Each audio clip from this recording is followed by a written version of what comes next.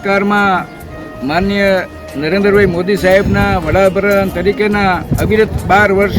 સેવા સુશાસન અને જનકલ્યાણના હેતુસર આજે ધમલપર ખાતે વેલનાથ ગ્રુપ દ્વારા વૃક્ષારોપણનું ખૂબ જ ભવ્ય આયોજન કરવામાં આવ્યું છે, જેમાં સહભાગી થઈ અને વૃક્ષારોપણ કરવાનો અવસર મળ્યો છે।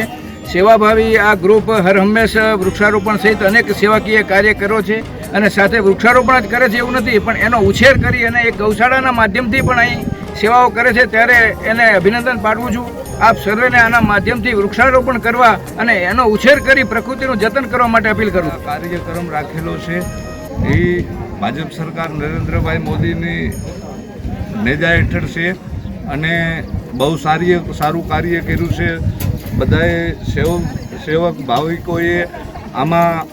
ભાગ લીધો છે અને આવો નવો ભાગ લઈએ અને આ બધું કાર્યક્રમ આગળ વધારે એવી મારી ઈચ્છા છે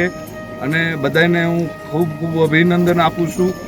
અને બધાને નમન કરી અને આગળ વધારો આવા કાર્યક્રમ એવી મારી ખૂબ ઈચ્છા છે। દેશના વડાપ્રધાન તરીકે માનનીય શ્રી નરેન્દ્રભાઈ મોદી સાહેબનો જે કાર્યકાળ કહીએ એ સૌથી વધુ સમય, એના માટે દેશભરમાં આજે વૃક્ષારોપણનો કાર્યક્રમ થઈ રહ્યા છે। ત્યારે માત્ર ગુજરાતમાં જ નહીં, પૂરા દેશમાં,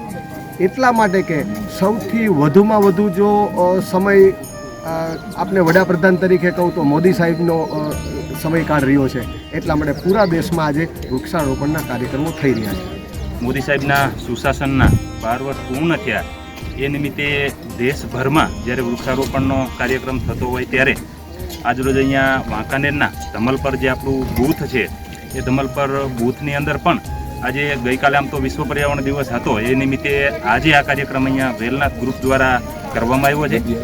આજે આપણે વૃક્ષો વાવીએ છીએ એમનું જતન થાય એ માટે થઈને અહીંયા ગેલ માતા જે છે એમની ગૌશાળા પણ સારી રીતે ચાલે છે અને ગયા વર્ષે પણ અહીંયા વૃક્ષારોપણ કરવામાં આવ્યું હતું અને વૃક્ષો આપણી સામે જ ઉછરી રહ્યા છે, જેથી પણ એમનું જતન થાય, ઉછરે અને આગામી દિવસોમાં જે ક્લાઇમેટ ચેન્જથી આખું વિશ્વ જ્યારે પીડિત છે અને એમાં ક્યાંય ક્યાંય અસરો ઓછી કરવા માટે થઈ અને આ ગૌશાળા જે છે એ પણ વૃક્ષોનું જતન કરી અને એની અસર ઓછી કરવા માટે તેને ભાગીદાર બન્યો છે। આજે અહીંયા સૌ કોઈ જ્યારે આ ભગીરથ કાર્યની અંદર સામેલ થયા છે, બધાનો હું ભાજપ પરિવાર વતી આભાર વ્યક્ત કરું છું।